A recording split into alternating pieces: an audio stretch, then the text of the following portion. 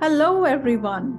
I'm Shwetangana Chakrabarti, the editor of the International Educator. A big warm welcome to the Thai podcast series. The Thai podcasts aim to bring alive the latest research in education, leadership strategies, DEIJ initiatives, classroom stories, and student initiatives. Thai will be inviting the thought leaders, the school leaders, the student leaders in international education to share their stories with our audience. In the next 20 to 30 minutes, we will take you through a journey of excellence in education. This is our way of building capacity within our community by inspiring, equipping, and empowering you with the finest examples of practice in education. Keep listening and keep sharing.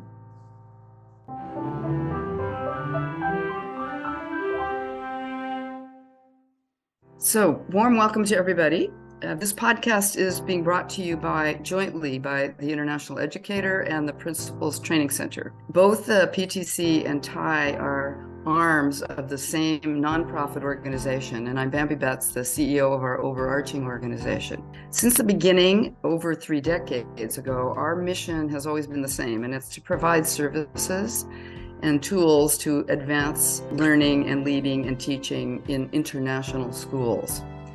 And as many of you will know, PTC provides professional learning opportunities for educators and for leaders, and TIE provides recruitment and career development tools, as well as curates and creates content relevant to international schools.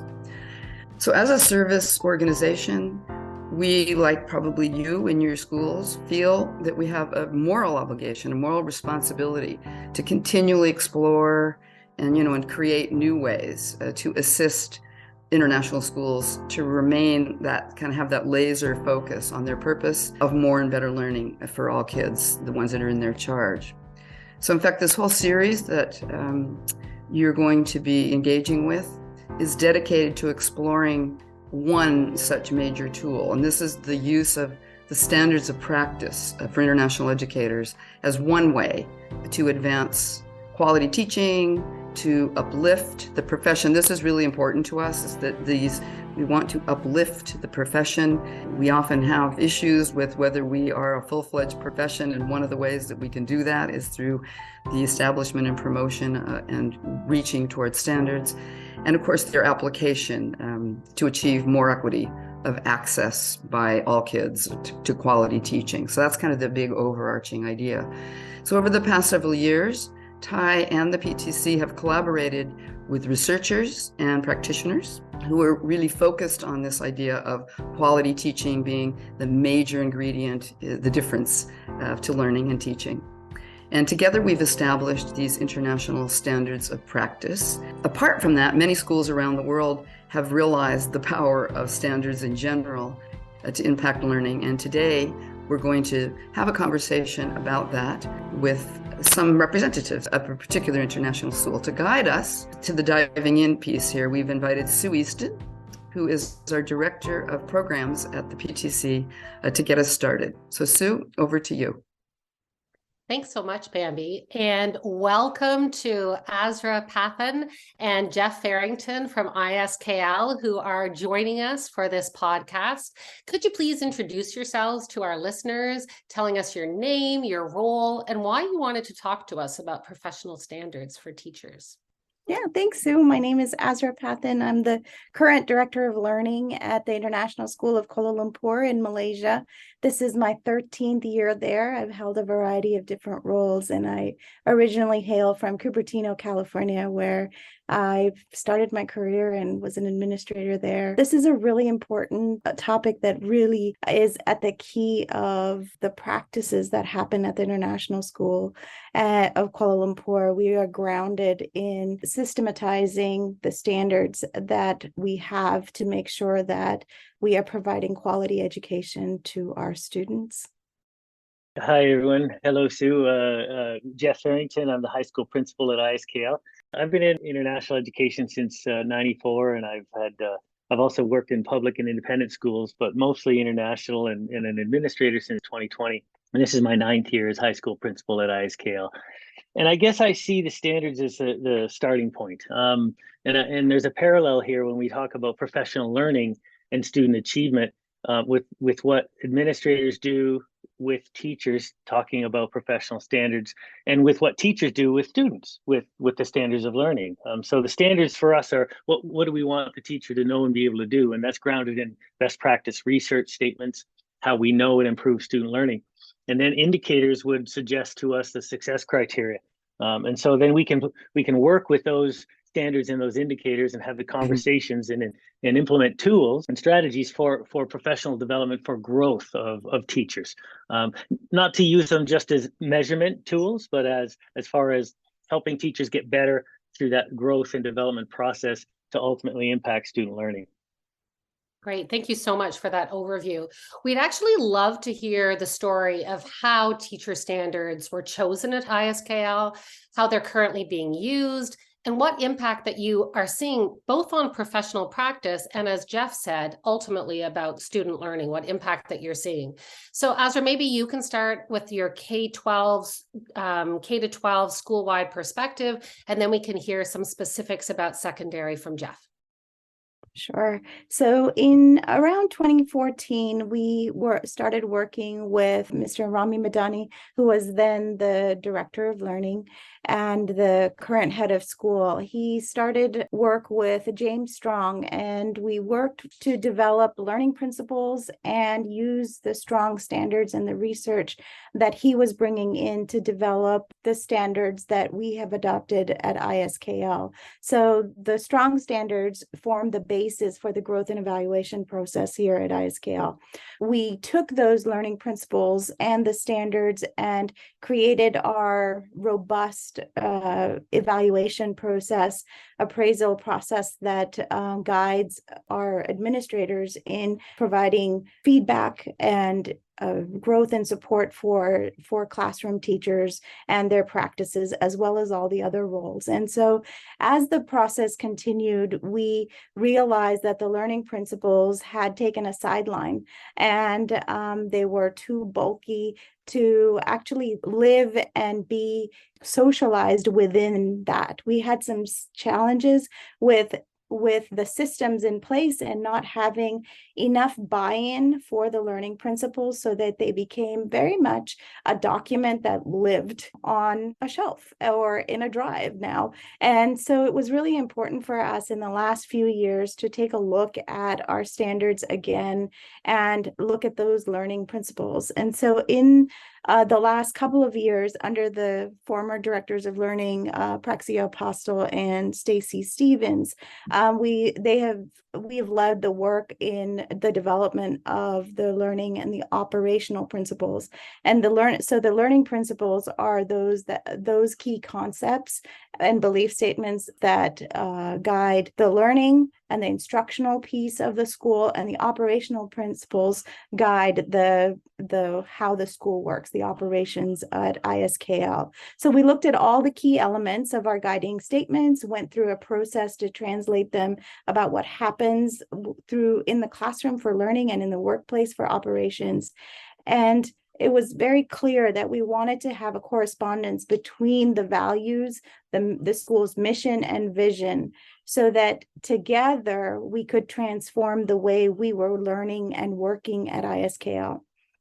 So whilst the learning principles guided our teaching and learning for many years, this is our first year where we have operational principles that have been created to standardize across all departments what we believe is operational excellence. And so together with that, we went through a process that created a system that would unify all the learning that was happening, especially post-pandemic, when things were a little shaky. Things that we wanted to happen differently online. And so it was really important for us to reconsider what learning looked like now that we are back on campus. We developed these in a way that were memorable, that had language that was assigned, and we knew that it was important to identify instruction as the core. And so looking at things like engagement and growth and access, the environment, appropriate challenge and collaboration, all of those things became systematized in a very clear visual with language that helps unify the way our teachers look at it. And so the ultimate result was a learning principle system that has a definition, concepts, indicators, 3 indicators each, and then look-fors, which Jeff will talk to more about how our administrators can help support the instruction that happens in the classroom.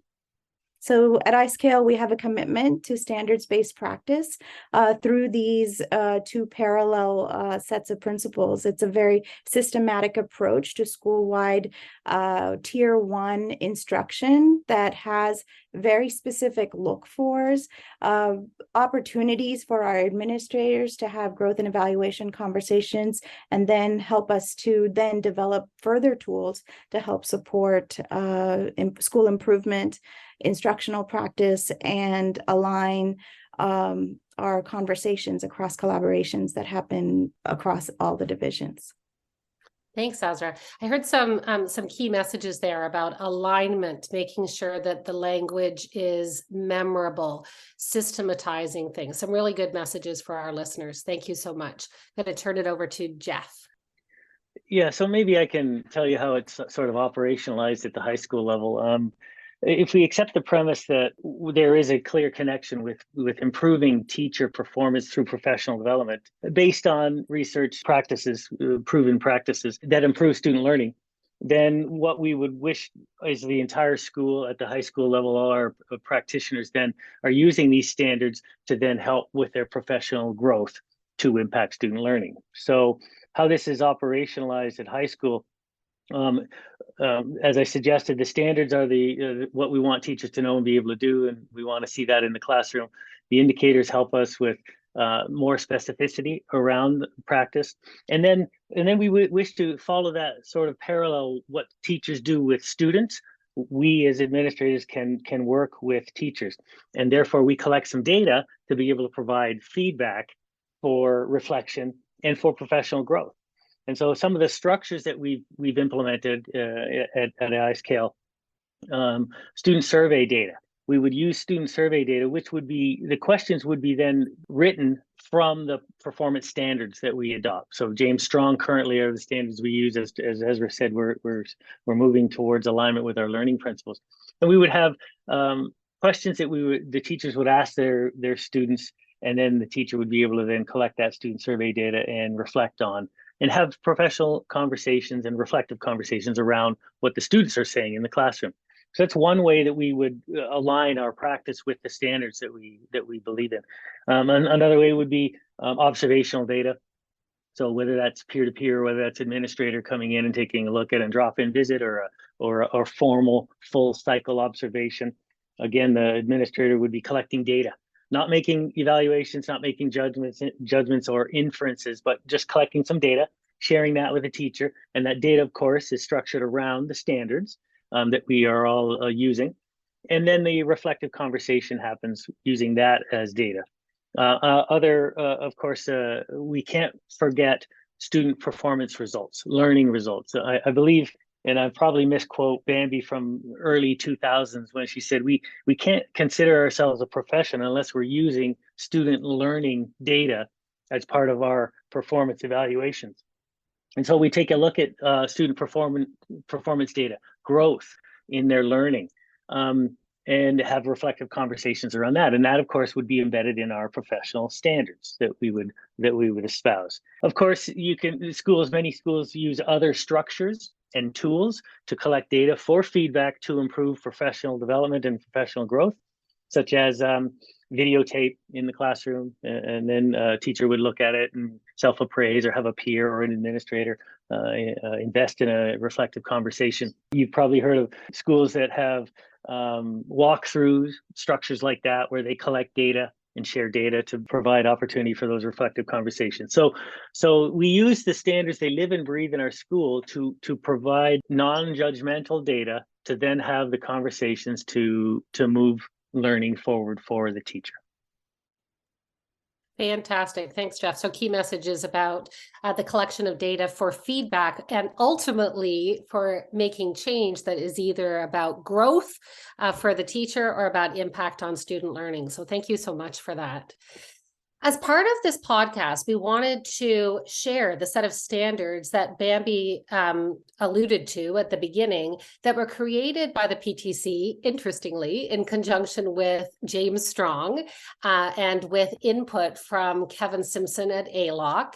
And now they are part of the TIE resume builder for teachers, where they can show evidence of these international professional standards to schools seeking candidates. So they can use them kind of in the way you were just talking about, Jeff, as creating their own portfolio of evidence. So we would love you to talk about the standard for international teachers that says international teachers will think systematically, reflect on, and learn from practice. Yeah, thanks, Sue. So that's a pretty broad standard. So that gives us an opportunity to then take a look at what we're talking about: teacher professional growth here to impact student learning. And what we know about adult learners, there are a few characteristics about adult learning, such as deprivatizing your practice. Adults love to learn in collaboration. As I suggested, there does need to be some sort of focus on student learning results. We also take a look at self-directedness in adult learners. And so there's possibly some opportunity here for autonomy, maybe even some individualized goal setting as we take a look at this. So that's a broad standard that talks about reflecting on and learning from practice. So again, we would go back to that cycle of what is the purpose of our supervision evaluation program? Is it to help teachers get better, or is it to measure teachers to make an evaluative statement? And so 90% of our work is, hopefully we hire teachers well. And of course, the standards would be used in that hiring process, in that recruiting process too, right? So that would inform our questions. It would inform our background checks or our reference checks on teachers. It would inform us providing information to teachers so that they could make informed decisions about a possible next fit for them as well. We're looking for them to be happy and contributing members and being fulfilled in their role in the school, as well as us looking for high quality teachers as well. So the standards would be used right from the beginning. Hopefully we hire well, and then we would use the standards to then help develop them. 90% of our work would be on that growth aspect.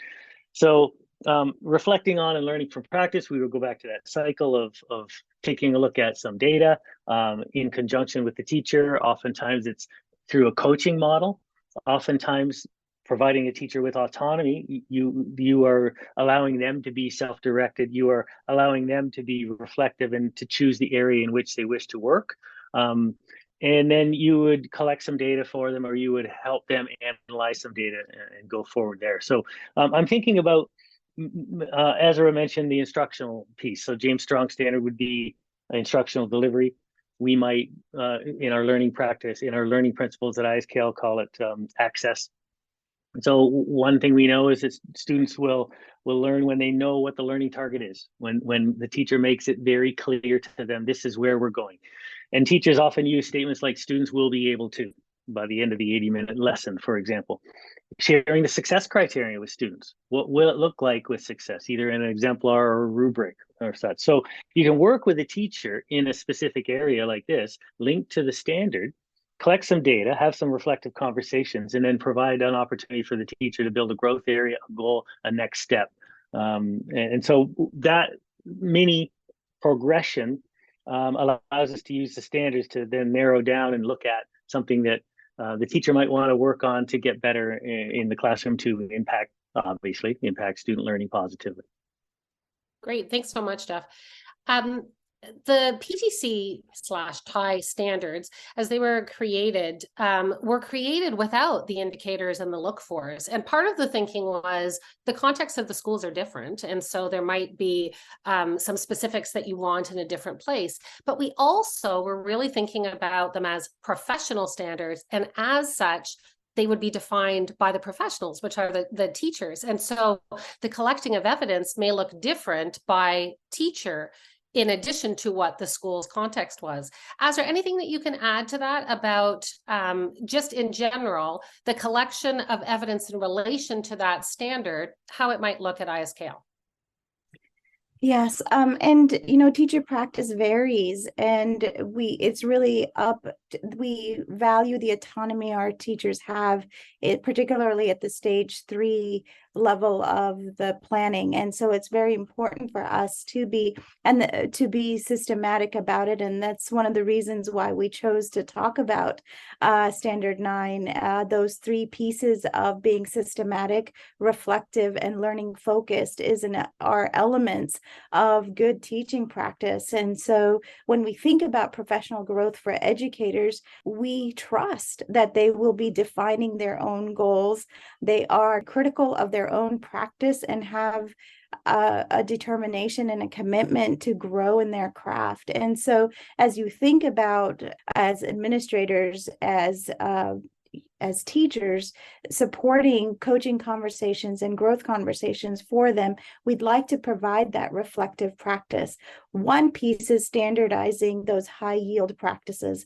That's why ISKL has chosen to have these look fors, so that we have some common language, some common pedagogical practices that we are looking for in every classroom. We're privileged to hire the best of educators. We know they're good at what they do. We want to be able to support their own growth and create some nuanced goal setting for them. And that's hard when educators are really great at what they do. We want to be able to have these reflective conversations. And so the look fors are helpful. We also provide autonomy in terms of professional learning. What selection do they make for how they're getting better? This year, we are offering book clubs that teachers are sponsoring that allow them to pursue areas of interest, whether it's translanguaging or neuroscience or failing forward or highly able students. And so these are interest areas of our teachers, and we want to be able to support their learning. The other aspect of it is action research. We know that we don't stop being learners and need to grow in our practices with with new research and innovative ideas. And so in order to sponsor that, ISKL is really investing a lot of energy into as teachers get more bandwidth and stamina coming back from the online learning, to really engage in action research and invite them to have these opportunities to do action research, as one of our teachers did. Our Spanish teachers, a teacher at the high school, actually did an action research for IRCOS and was able to demonstrate how growth happens for our educators, because they have that autonomy to be able to guide their own learning. So there's some elements of instruction and how we calibrate and how we create some systematized pedagogies that help support our teachers, but then also providing them opportunities for professional learning and action research that can help them grow in their craft. Thanks so much for those examples, Azra. It really connects to what Jeff was talking about the parallel tracks between what we do for students and what we do for teachers, with goal setting, commitment to growth. And I love the connection to high yield practices, that systematizing those. Great. Bambi, you've got one final question before we ask for our closing question. Go ahead. The practical examples, which is really what this is all about, is to kind of socialize out there in the international schools what's really going on. We talk about this thing called international schools, but in the end, what are the actual things that help define it? I think both of you have had experiences in schools where you didn't have standards. And I just kind of wanted to hear your thoughts very briefly on what is the difference. We're all holding a belief that having these will professionalize the whole roles of leading and teaching in schools. So if you could maybe each of you just give 30 seconds on what's the difference having these professional standards as one of the two core pieces that you design from and implement from. Yeah, sure. So scattershot. Not to say that professional growth doesn't happen in schools that don't have standards, but it is a lot more haphazard. It doesn't rely on the social capital of the school. You hopefully hire well, and then you hopefully help that individual teacher move forward. But it is a lot more scattershot. You have islands of excellence. We know that adult learning needs to be collaborative in nature, or it's best advanced if it's collaborative in nature, and that is forwarded in an environment where you have common language, common processes, commonalities such as standards.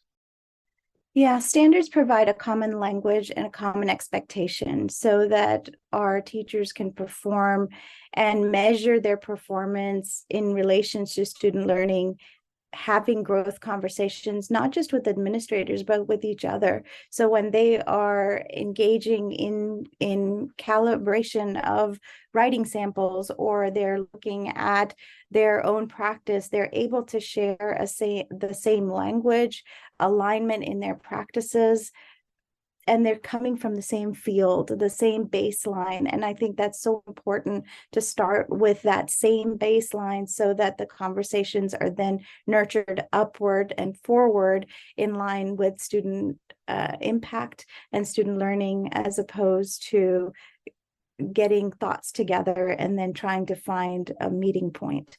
So it's great to be able to come with the same vantage for all of our teachers who are coming from a variety of different places. Great. Thanks so much for your insights. So finally, in one line each, is there any advice that you would give to schools to enhance the use of professional standards in their international school? So one piece of advice for each of you. Yes, you can. One line. I guess choose a set of standards. Oftentimes the best standards also include some sort of student progress indicator, growth in learning results, some sort of measurement there. Start. Love it. Azra. Take the time to listen to your teachers, see where their needs are, and then choose standards that meet the culture and the context of your school. Wonderful. I want to, on behalf of both the PTC and TIE, thank you both for your time, your insight, and for sharing your stories as well. Really helpful for all of us in our community. Bambi, any closing words? Just a big thank you to both of you for stepping up and helping us together in this international school community to kind of upgrade our profession of teaching and learning and really make that difference to student learning. So thank you both. Thank you for having us. Thank you all. Thank you for listening to the TIE podcast. We will be back again with more to keep you informed and to keep you connected with international educators from around the world. Do check out our website for more news and research articles on international education. Also, write to me at editor@tieonline.com if you would like to share an article. Article submission details can also be found on our website www.tieonline.com. Once again, thank you and hope you learned something new today. Stay kind and stay connected. See you soon.